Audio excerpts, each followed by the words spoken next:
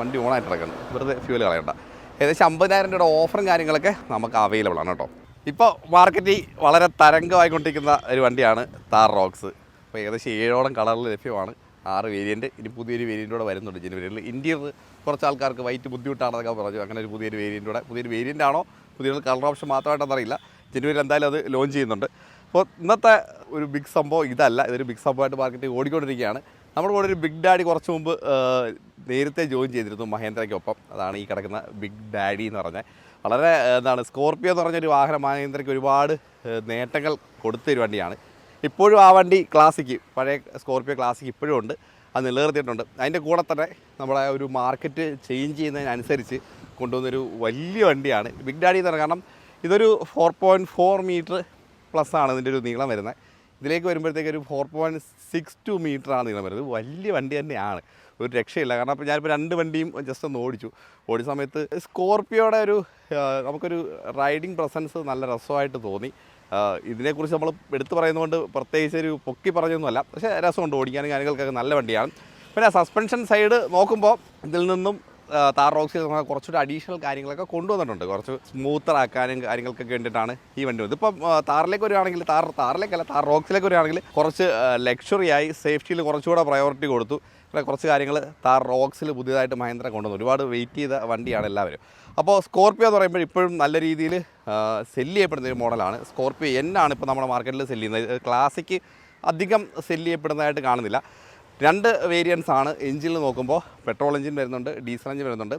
അതുപോലെ 2 നമുക്ക് മാനുവലും automatic 6 speed gear box ആണ് 2 അവൈലബിൾ ആയിട്ടുള്ളത്. ഏകദേശം 6ഓളം വേരിയൻ്റ് ഉണ്ട്, 6ഓളം കളർ ഓപ്ഷൻ. Z2 എന്ന് പറഞ്ഞാൽ ബേസ് വേരിയൻ്റ് തൊട്ട് തുടങ്ങും. അതിനകത്ത് ഏറ്റവും വാല്യൂ ഫോർ മണി വേരിയൻ്റ് ആയിട്ട് എനിക്ക് സ്പെക്ക് നോക്കിയപ്പോൾ തോന്നിയത് Z8X എന്ന് പറഞ്ഞൊരു മോഡലുണ്ട്. അല്ലെങ്കിൽ തൊട്ടടുത്ത് ഇച്ചൂടെ വേണമെങ്കിൽ Z8 എടുത്താലും മതി, ലക്ഷറിയിലേക്ക് പോകേണ്ട കാര്യം വരുന്നില്ല. അപ്പോൾ അത്രത്തോളം ഫീച്ചേഴ്സ് ഇൻക്ലൂഡ് ചെയ്തിട്ട് തന്നെയാണ് സ്കോർപ്പിയോ എന്ന് പറഞ്ഞൊരു വാഹനം മാർക്കറ്റിലേക്ക് കൊണ്ടുവന്നത്. അതിനകത്ത് ഒരു ടോപ്പ് എൻഡിലേക്ക് വരുമ്പോൾ ഉള്ള ഫീച്ചർ നോക്കുകയാണെങ്കിൽ ഇതൊരു ടോപ്പ് എൻഡ് ഡീസൽ വേരിയൻ്റ് വാഹനമാണ്. പെട്രോൾ അത്യാവശ്യം നല്ലൊരു ഓപ്ഷനാണ് നമ്മുടെ സ്കോർപ്പിയോ എൻഡിലേക്ക് വരുമ്പോൾ. അതിൻ്റെ കാരണം നിങ്ങൾക്ക് പെർഫോമൻസ് വേണമെങ്കിൽ നല്ല പെർഫോമൻസ് ഉള്ളൊരു വാഹനമാണ് പെട്രോളിലേക്ക് വരുമ്പോൾ. എന്ന് വെച്ചാൽ 2 ലിറ്റർ പെട്രോൾ എഞ്ചിനാണ് വരുന്നത്. അതിനകത്ത് ഒരു 200 bhp പവർ, അത് അത്യാവശ്യം നല്ലൊരു ഫിഗർ തന്നെയാണ്. ടർബോ പെട്രോൾ എഞ്ചിനാണ് ഇതിനകത്ത് വരുന്നത്. പെട്രോൾ അത്യാവശ്യം നല്ല പവർഫുൾ ആണ് എന്ന് പറയാനുള്ള റീസൺ എന്ന് പറഞ്ഞാൽ അതിൻ്റെ സ്പെക്ക് നോക്കി തന്നെ നമുക്ക് അറിയാൻ സാധിക്കും. അതുപോലെ വണ്ടി ഓടിക്കുമ്പോൾ ആ ഒരു ഫീൽ നമുക്ക് തരുന്നുണ്ട്.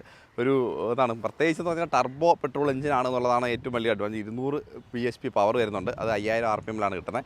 അതുപോലെ ടോർക്ക് സൈഡ് വരികയാണെങ്കിൽ നമുക്കൊരു 370 വരുന്നുണ്ട്.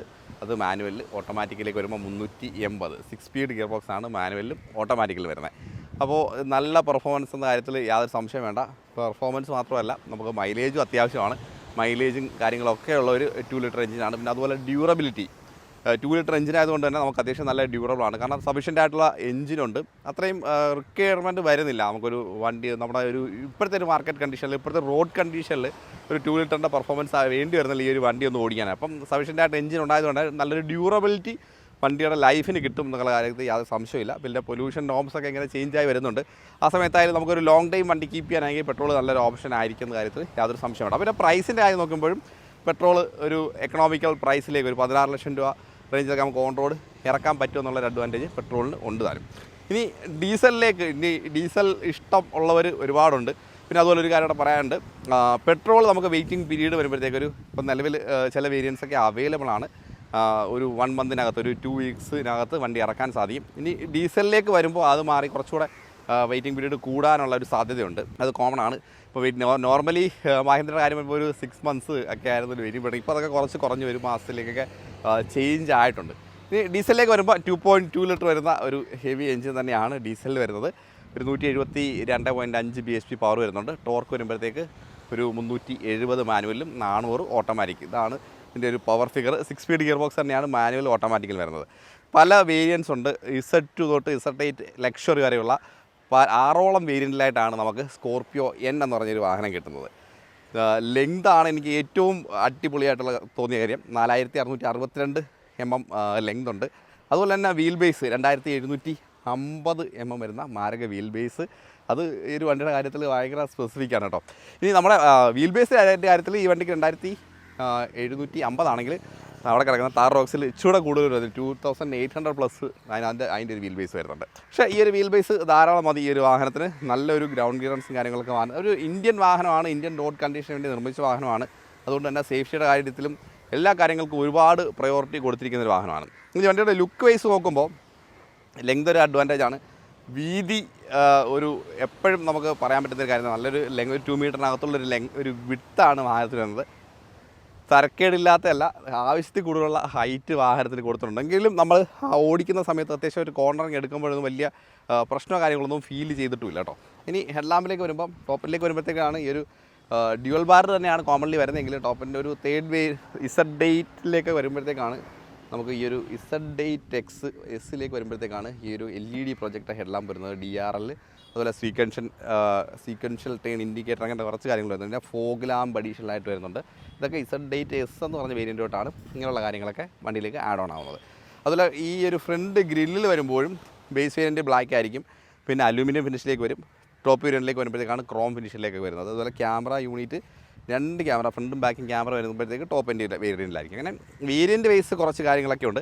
അതുപോലെ ഓഫറുണ്ട്. ഓഫറും വേരിയൻറ്റ് വൈസ് ചെറിയ ഡിഫറൻസും കാര്യങ്ങളൊക്കെ ഉണ്ട്. ഏകദേശം 50,000 രൂപയുടെ ആക്സസറീസിനുള്ള ഒരു ഓഫർ നമ്മുടെ സ്കോർപിയോ എന്നിന് ഇപ്പം നിലവിൽ അവൈലബിൾ ആണ്. എപ്പോഴും ഓഫർ ഇങ്ങനെ ചേഞ്ച് ആയിക്കൊണ്ടിരിക്കും. അതുപോലെ ഓഫറിൻ്റെ ക്വാണ്ടിറ്റിയും വളരെ കുറവാണ് മഹീന്ദ്രയിലേക്ക് വരും. കാരണം വണ്ടി ഇപ്പോൾ റീസെൻ്റായിട്ട് ഇറക്കിയ എല്ലാ വണ്ടിയും വളരെ ഹെവിലി സക്സസ്ഫുൾ ആണ്. അതുകൊണ്ട് തന്നെ വലിയ ഓഫറും കാര്യങ്ങളൊന്നും കൊടുക്കേണ്ട കാര്യം വരുന്നില്ല. അല്ലാതെ തന്നെ ഹെവി ഡിമാൻഡ് വണ്ടിക്കുണ്ട്. ഇതാണ് ഫ്രണ്ടിലെ ഒരു കാര്യങ്ങളൊക്കെ പറയുമ്പോൾ നമുക്ക് മെയിനായിട്ട് പറയേണ്ടത്. ബാക്കി കാര്യങ്ങളൊന്നും പ്രത്യേകിച്ച് ഡിസൈൻ വൈസ് ഒന്നും പറയുന്നില്ല. ഫ്രണ്ടിൽ നമുക്ക് പാർക്കിംഗ് സെൻസറും നമുക്ക് ടോപ്പ് ആൻഡ് വേരിയൻറ്റിലേക്ക് വരുമ്പോൾ അവൈലബിൾ ആണ്, അത് കാണാം. അതുപോലെ ക്യാമറ യൂണിറ്റ്, സേഫ്റ്റിയുടെ കാര്യത്തിൽ ഒരുപാട് കാര്യങ്ങൾ വണ്ടിയിൽ നല്ല രീതിയിൽ ശ്രദ്ധിച്ചിട്ടുണ്ട്. ഇനി നമുക്ക് സൈഡിലേക്ക് വരുമ്പോൾ അതുപോലെ തന്നെ വണ്ടിയുടെ സ്മൂത്ത് റൈഡിങ് കംഫർട്ടിന് വളരെയധികം പ്രാധാന്യം കൊടുത്ത മറ്റൊരു കാര്യമാണ് സസ്പെൻഷൻ. നമുക്കൊരു പ്രീമിയം ബ്രാൻഡ്, എക്സാമ്പിൾ പറഞ്ഞ ഒരു ജീപ്പിലൊക്കെ കാണുന്ന പോലെ തന്നെ സസ്പെൻഷൻ സൈഡിൽ ഭയങ്കര പ്രയോറിറ്റി കൊടുത്തിട്ടുണ്ട്. അതിൻ്റെ ഒരു ടെക്നിക്കൽ സ്പെസിഫിക്കേഷനാണ്. ആ രീതിയിൽ കുറേ കാര്യങ്ങൾ നമുക്ക് ഇതിനകത്തും കാണുന്നുണ്ട്. ഫ്രണ്ടിലെ സസ്പെൻഷൻ നോക്കുകയാണെങ്കിൽ ഫ്രണ്ടിൽ നമുക്ക് ഡബിൾ വിഷ്ബോണാണ് ബേസിക് സസ്പെൻഷൻ വരുന്നതെങ്കിലും അതിൻ്റെ കൂട്ടത്തിൽ കോയിൽ, പിന്നെ FDD വരുന്നുണ്ട്, ഫ്രീക്വൻസി ഡിപ്പെൻഡൻറ്റ് ഡാമ്പിങ്, പിന്നെ അത് കൂടാതെ MTBCL, ഇങ്ങനെ കുറച്ച് അഡീഷണൽ കാര്യങ്ങൾ നമുക്ക് സസ്പെൻഷൻ സൈഡിൽ വരുന്നുണ്ട്.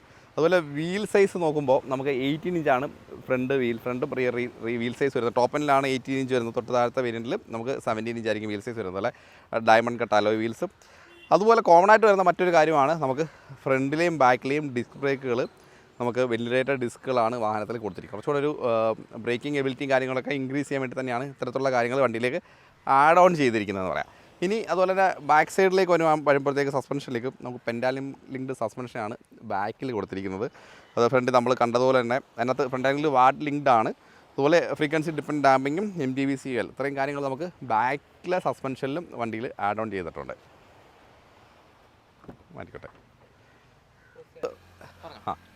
സൈഡ് എക്സ്പീരിയൻസ് ഭയങ്കര പ്രീമിയം ഫീൽ തന്നെയാണ്. അത്യാവശ്യം ലെങ്ത് നമുക്ക് വണ്ടി ഓടിപ്പോകുന്ന സമയത്ത് നല്ല രീതിയിൽ ഫീൽ ചെയ്യും.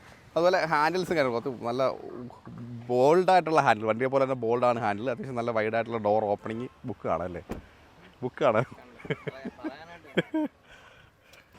അപ്പോൾ സൈഡ് ഫീൽ തന്നെ വാഹനത്തിൻ്റെ ആ ഒരു ഹ്യൂജ് ഫീൽ നമുക്ക് വ്യക്തമായിട്ട് മനസ്സിലാക്കി തരുന്നുണ്ട്. ഈവൻ നമ്മുടെ മിററാണെങ്കിലും ഡോർ ഹാൻഡിലാണെങ്കിലും ഡോർ ഹാൻഡിൽ ക്രോമൊക്കെ ചെയ്തിട്ടുണ്ട്. നമുക്കൊരു റൂഫ് റെയിൽ കൊടുത്തിട്ടുണ്ട്. പിന്നെ സ്കോർപിയോ, ഇതൊക്കെ അവൾ പണ്ടൊക്കെ ഇതിൻ്റെ റിവ്യൂ ചെയ്തപ്പോൾ പറഞ്ഞതാണ് ആ സ്കോർപിയോയുടെ ആ ടെയിൽ, അങ്ങനെ കുറേ കാര്യങ്ങൾ സൈഡിൽ കൊണ്ട് കൊടുത്തിട്ടുണ്ട്. രസമുണ്ട് കേട്ടോ. അത്യാവശ്യം ഹെവിയാണ്. ഡോർ ഓപ്പൺ ചെയ്യുമ്പോഴായാലും സെക്കൻഡ് റോ ആയാലും ആ ഹെവിനെസ് നമുക്ക് നല്ല രീതിയിൽ വണ്ടിയുടെ ഓരോ ഭാഗത്തും നല്ലപോലെ അറിയാം ഉണ്ടോ. പക്ഷേ ഡോർ അടയ്ക്കുമ്പോൾ ആ ഒരു സ്മൂത്ത്നെസ്സും കാര്യങ്ങളൊക്കെ ഉണ്ട് കേട്ടോ. നമ്മുടെ ടെയിൽ ഗേറ്റും അതുപോലെ നമ്മുടെ ബാക്കിലെ ടെയിൽ ലൈറ്റും കാര്യങ്ങളൊക്കെ വളരെ ഒരു വെർട്ടിക്കൽ സ്ലാച്ചിനാണ് ചെയ്തിരിക്കുന്നത്. ഭയങ്കര രസകരമായിട്ട് തന്നെയാണ് ചെയ്തത്. സ്കോർപിയോ എന്ന് പറഞ്ഞ ബാഡ്ജിങ് നമുക്ക് കാണാം. സ്കോർപിയോ മഹേന്ദ്രയുടെ ബാഡ്ജിങ് വളരെ അടിപൊളിയായിട്ട് തന്നെ കൊടുത്തിട്ടുണ്ട്.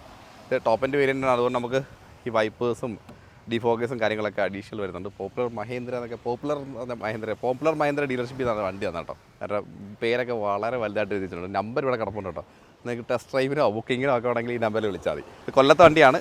പിന്നെ അതുപോലെ നമുക്ക് ബൂട്ട് സ്പേസ് എന്ന് കാണിച്ചു തരാം. ബൂട്ട് സ്പേസ് ഭയങ്കര ഹ്യൂജ് അല്ല അതിനകത്ത്. നമ്മൾ നോർമലി ഒരു 7 പേരോ ഒന്നും ട്രാവൽ ചെയ്യാറില്ല മിക്കവാറും ഇപ്പോഴത്തെ ഒരു സിറ്റുവേഷനിൽ. അപ്പോൾ ഈ ഒരു സീറ്റ് ഫോൾഡ് ചെയ്യുക. ഹെഡ് റെസ്റ്റുകളൊക്കെ അഡ്ജസ്റ്റബിൾ ആണ്. റെസ്റ്റ് താത്തു വെക്കുക, സീറ്റ് ഫോൾഡ് ചെയ്യുക. അപ്പോഴത്തേക്ക് നമുക്ക് ബൂട്ട് സ്പേസ് ആയി. ഓക്കെ. ആവശ്യത്തിൽ കൂടുതലുള്ള ബൂട്ട് സ്പേസ് ആയി. നമുക്കൊരു 5 സീറ്റിലേക്ക് കൺവേർട്ട് ചെയ്തിട്ട് ബൂട്ട് സ്പേസ് കിട്ടും. ഇനി വേണമെങ്കിൽ ആ സീറ്റ് നമുക്ക് ഫോൾഡ് ചെയ്യാം. ആ സീറ്റ് നമുക്ക് 60-40 ആയിട്ട് ഫോൾഡ് ചെയ്യാനുള്ള ഒരു ഓപ്ഷൻ നമുക്ക് അവിടെ കിട്ടുന്നുണ്ട്. അപ്പം വീണ്ടും ലഗേജ് സ്പേസ് എക്സ്റ്റെൻഡ് ചെയ്യണമെങ്കിൽ അങ്ങനെ എക്സ്റ്റെൻഡ് ചെയ്യാനുള്ളൊരു ഓപ്ഷൻ നമുക്കുണ്ട്. വേറെ നമുക്കിവിടെ പ്രത്യേകിച്ച് പറയേണ്ട കാര്യം പിന്നെ 12 വോൾട്ട് ചാർജിങ് സോക്കറ്റ് ഇതുണ്ട്. ഈ ഒരു ഭാഗത്ത് നമുക്കൊരു 12 വോൾട്ട് ചാർജിങ് സോക്കറ്റ് അങ്ങനെയുള്ള കാര്യങ്ങൾ വരുന്നുണ്ട്. സ്പെയർ വീല് അടിയിലാണ് കേട്ടോ. ഇവിടെയാണ് നമ്മുടെ ടൂൾ കിറ്റും ആക്സസറീസും കാര്യങ്ങളൊക്കെ വരുന്നത്. സ്പെയർ വീലിൽ വണ്ടിയുടെ അടിയിലായിട്ടാണ്. അപ്പോൾ നമ്മൾ ഇൻറ്റീരിയറിലേക്ക് വന്ന് കണ്ടത് കണ്ടാ ഇങ്ങനെ കളിക്കാനുള്ള സാധനമല്ല, നമുക്ക് ഇലക്ട്രോണിക് കൺട്രോൾഡ് ആയിട്ടുള്ള ഡ്രൈവർ സീറ്റും കാര്യങ്ങളൊക്കെ വണ്ടിയിലുണ്ട്. നമ്മുടെ ഇന്ത്യൻ ബ്രാൻഡാണ്. അപ്പോൾ എന്തായാലും കുറേ അല്ല, പണ്ട് തൊട്ടേ നമ്മൾ കാണും. സ്കോർപ്പിയോ ഒക്കെ ഇറങ്ങിയ സമയം XUV 500 ഒക്കെ ഇറങ്ങിയ സമയത്ത് കണ്ടതാണ്. കുറേ ഫീച്ചേഴ്സ് വണ്ടിയിലുണ്ട്. അതുപോലെ ഉപയോഗിക്കുന്ന ലെതറും കാര്യങ്ങളും സോഫ്റ്റ് ലെതേഴ്സാണ്. അങ്ങനെ കുറേ കാര്യങ്ങൾ ഒരു പ്രീമിയം വെഹിക്കിളിനെ ഇൻസ്പയർ ചെയ്ത് കുറേ കാര്യങ്ങൾ വണ്ടിയിലോട്ട് ആഡ് ഓൺ ചെയ്യുന്നത് പണ്ടേ കണ്ടതാണ്. ഈ ഡോർ പാഡ് കണ്ടത് വളരെ ബോൾഡായിട്ടുള്ള ഡോർ പാഡ്. അതിനോടൊപ്പം തന്നെ മാക്സിമം ലക്ഷറീസ് ആയിട്ടുള്ള എല്ലാ കാര്യങ്ങളും വണ്ടിയിൽ ഇൻക്ലൂഡ് ചെയ്തിട്ടുണ്ട്. ഈവൻ ഈ സ്വിച്ചസ് ആയാലും വരുന്ന ലെതറൈറ്റ് ഫിനിഷസ് ആയാലും എല്ലാം. അതുപോലെ സ്പീക്കറൊക്കെ ഇഷ്ടംപോലെ സ്പീക്കേഴ്സാണ്. ഇപ്പം ലേറ്റസ്റ്റ് ആയിട്ട് വന്ന റോക്സിലായാലും അതുപോലെ പ്രയോറിറ്റി കൊടുത്തിട്ടുണ്ട്. ഒരു ഹിയറിംഗ് സിസ്റ്റത്തിനൊക്കെ നല്ല പ്രയോറിറ്റി കൊടുത്തിട്ടുണ്ട്. ഇനി സ്റ്റിയറിംഗ് സൈഡിലേക്ക് വരുമ്പോൾ നമുക്കൊരു ക്രൂയിസ് കൺട്രോൾ ഉൾപ്പെടെയുള്ള സ്റ്റിയറിംഗ് വീലാണ്. അതൊരു സെക്കൻഡ് വേരിയൻ്റ് തൊട്ട് തന്നെ ക്രൂയിസ് കൺട്രോളും കാര്യങ്ങളെല്ലാം വരുന്നുണ്ട് എന്നുള്ളത് ഒരു അഡ്വാൻറ്റേജ് ആയിട്ടുള്ളൊരു കാര്യമാണ്. ലെതർ റൈറ്റ് ഫിനിഷുള്ള ഒരു സ്റ്റിയറിംഗ് ഗ്രിപ്പ് കാര്യങ്ങളെല്ലാം കൊടുത്തിട്ടുണ്ട്. ഒരു ടോപ്പ് എൻഡ് വേരിയൻ്റാണ് ഈ ഫിനിഷിങ് കാര്യങ്ങളൊക്കെ വരുന്നത്. പക്ഷേ ക്രൂയിസ് കൺട്രോൾ അങ്ങനെയുള്ള ബേസിക് കാര്യങ്ങളെല്ലാം നമുക്ക് സെക്കൻഡ് വേരിയൻ്റ് തൊട്ട് തന്നെ അവൈലബിൾ ആണ്. ഇത് ഓട്ടോമാറ്റിക് വേരിയൻ്റ് ആണ് കേട്ടോ.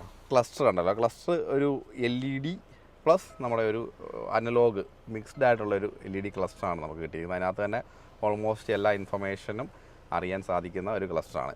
അപ്പോൾ അതൊക്കെ എല്ലാവർക്കും അറിയാൻ കുറച്ചും ഡീറ്റെയിൽ ആയിട്ടൊന്നും പോകുന്നില്ല.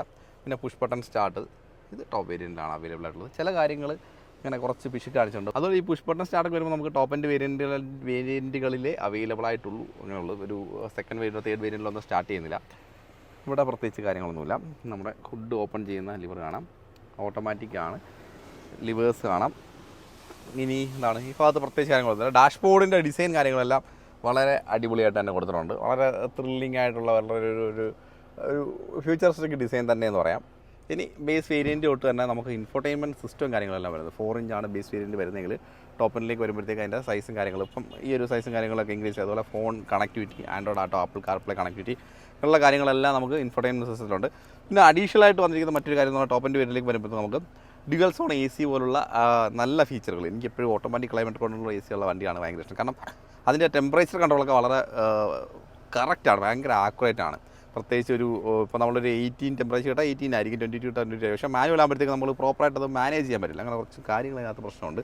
ഈ ക്യാമറയുടെ ഉണ്ടല്ലോ, ഇതിപ്പം റിയറിലുള്ള ക്യാമറ, ഇതിപ്പോൾ ഫ്രണ്ടിലുള്ള ക്യാമറ, 2 സൈഡ് വിസിബിലിറ്റി ചെറുതായിട്ട് അങ്ങോട്ടും ഇങ്ങോട്ടൊക്കെ അഡ്ജസ്റ്റ് ചെയ്യാൻ പറ്റും. ഫ്രണ്ടും ബാക്കാണ് ക്യാമറ ഉള്ളത്. 360 ക്യാമറ വരുന്നില്ല. ഒരു ബേസ് വേരിയൻ്റ് എടുത്താൽ പോലും അത്യാവശ്യം ഫീച്ചർ വണ്ടിയിലുണ്ട് എന്നുള്ളത് കൊണ്ട് തന്നെ നമുക്ക് കുറച്ച് ആക്സസറി കാര്യങ്ങളൊക്കെ ലോഡ് ചെയ്താൽ തന്നെ ഒരു ബഡ്ജറ്റ് റേഞ്ചിൽ ഒരു വണ്ടി നമുക്ക് ഒപ്പിക്കാം. അതാണ് സ്കോർപിയോൻ്റെ മറ്റൊരു അഡ്വാൻറ്റേജ്.